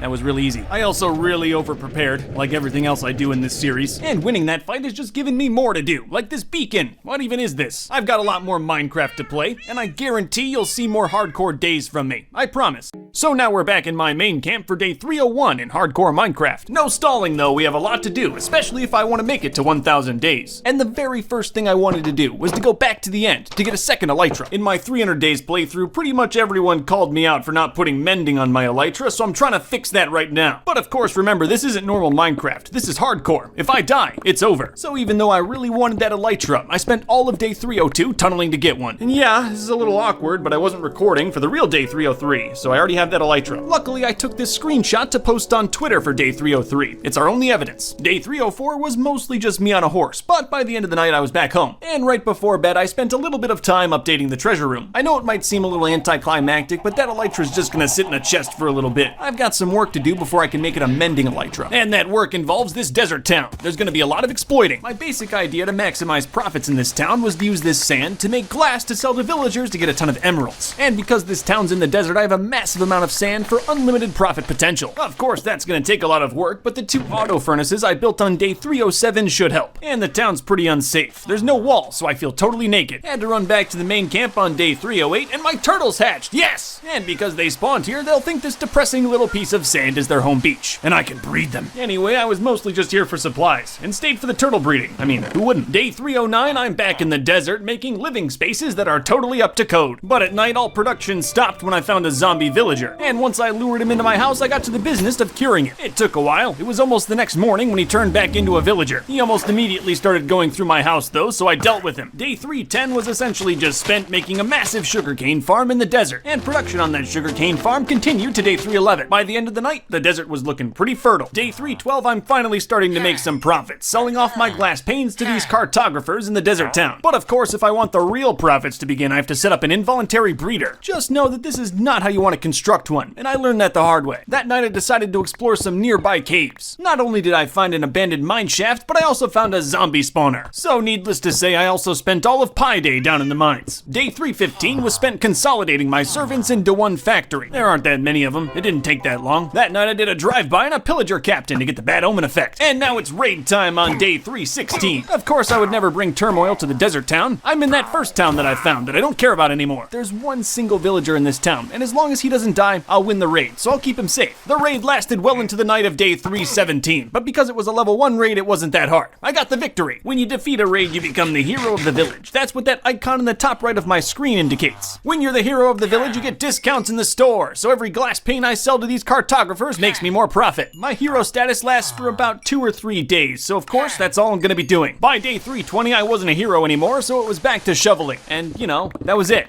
I shoveled all day. I was just going back to the pillager outpost on day 321 when I fell in a hole. I was fine. I was mostly worried about Warthog. I got him out, but it took all night. Horses and caves just don't go together. Well, we're back to business on day 322, just trying to get another raid. This time we're testing our luck with a level 2 raid, so it should be a little bit more difficult. The raid was almost over on day 323. However, my diamond helmet broke and the damage really started to add up. Most of the damage came from the Vex, and I didn't want to push my luck here, so I ran away. For the time being, I was able to go back home and make a resupply, which was much needed. Then I realized I only had 4 diamonds to my name and couldn't even make a helmet, so I decided to hit the mines. And somehow, just by mining, I became the hero of the village. That's weird, but I'll take it. And now with my upgraded public image, I went straight back to profiting. And I mean, can you blame me? Look at those amps. Oh, and I don't know if you noticed, but this cat's been following me for a few days. I can't stop him. Day 326, the exchange rates for the cartographers are getting absolutely horrible. They're charging me way more now, even though I'm the hero. I'm fairly certain it's because I'm selling them mountains of glass. I should probably calm down here for a couple days. And I did. I built the wall in the desert, but I wasn't recording. I made it out of sandstone. I thought it was fitting. There's still a lot more to do. All of day 328 I spent lighting up the wall. Wasn't recording again on day 329. All I did was line the wall with cacti. I thought it would help keep zombies away. It doesn't. Still gotta find ways to keep myself busy, so on day 330 I built a farm. I mean, how am I gonna be a big fat cat glass tycoon if I can't control the local food production? Day 331 I went back to the abandoned mine shaft. I had nothing else to do. It was a fairly productive day that ended with a bunny's suicide. I'm still waiting for the markets to restabilize on day 332, but I found diamonds, so there's that. And after a long day of mining in day 333, I realized on the way back that I walked over some diamonds. Day 334 I spent all day just trying to grab a second horse. It's harder than it looks. This one's not as good as Warthog, but he'll do. And if he dies, I won't be sad. Day 335 I'm setting up farms for beets, potatoes, and carrots. At this point I had never successfully made a villager breeder, and I read that multiple types of food can help. And at night I checked that the price of glass was back to normal, so it's time for more profits. But first I gotta get my poll numbers up, so it's time to start a war. This war took several days, mostly because I had to run away several times. I took so long the raid was no longer active, but the raiders didn't despawn, so I still had to kill them. So even after killing all the raiders, it took so long that I wasn't even a hero. Yeah, no profits for me today, just back to shoveling. I'm still shoveling on day 341, but I'm telling you I'm gonna turn this sand into emeralds. And at night I lit up the surrounding area. As you can see, there's tons of zombies in these parts. This should be the last day of profits for a little bit. I'm getting very close to my goal, which I'll talk about tomorrow. Oh look, it's tomorrow. Time to set up this beacon. This is what I needed all of those emeralds for, to set up a beacon at max power. And there it is, my first beacon. It's beautiful. The beacon allows you to choose from a variety of powers that all just make life easier. And hey, it's just kind of pretty to look at, especially at night. Unfortunately, the beacon's power can't reach me down in the mine, but that doesn't matter because I already started finding some diamonds. I actually found tons of diamonds today, 45 of them. But now I've got a new project. I'm gonna make this raid town a little more defensible. It's gonna be very ugly, but also very deadly, like your mom. It's actually a fairly simple contraption stemming from the highest point in the town. In theory, with the flick of this lever, I'll drop lava on pillagers, but I'm terrible with redstone, so it doesn't work. It just dropped buckets of lava. I don't know why. I finally got it to work on day 347, but I think I'm gonna need more lava. I also spent some time terraforming the land, so there's literally only one way up to my position. Oh, and of course I'm putting a lava trap on the only way up. It's definitely not perfect, but I'm getting somewhere. Again, this whole system's totally ugly, but there's only one villager living in this town, and he's stuck in his house by my order. I also had to completely change the way the lava's delivered on day 350. I think a piston system will work a little better. And by the end of this day, I had to resort to using dirt, but I think it's done. So bright and early on day 351, I went back over to L-Town to resupply for war. And it took all night, but eventually I did get the bad omen effect. The traps work okay. Honestly, the best part is I can stand above the pillagers and shoot them with my bow now. The stairway lava trap is by far the most deadly, and it's super helpful when pillagers spawn inside my wall. But it's not perfect. Sometimes pillagers spawn inside my house, and there's not much I can do about that. But still, after 2 days, I beat the raid and ate some cake. Even though I'm a hero now, day 354 was mostly just chores. I'm gonna feed these carrots to my villagers. They've got plenty of food, plenty of beds, but they're still not breeding. I don't know why. I added doors, I tried everything to make this thing work. Oh well, I'm sure I'll get it eventually. Back to Bloodshed, I spent all of day 356 just trying to get a level 3 raid. But first, I've got to build something in the main camp that's very important. It took all day, but I built a giant totem. I'm getting a large amount of Totem of Undyings from all these raids I'm doing, so I'll need a proper place to store them. And now I have a new goal, to fill this chest to the brim with totems. The next 2 days were spent on a level 3 raid that I completed without much incident. I didn't get as many totems this time, mostly because they were incinerated, but that's fine, at least I won the raid. Even with my level 3 discount though, I couldn't make that much profit because I didn't have enough cartographers to sell my glass to. I figured I could do something with this glass surplus and started construction on an aquarium. By the next day, the aquarium was getting there, but all I have is salmon. I need something more exotic.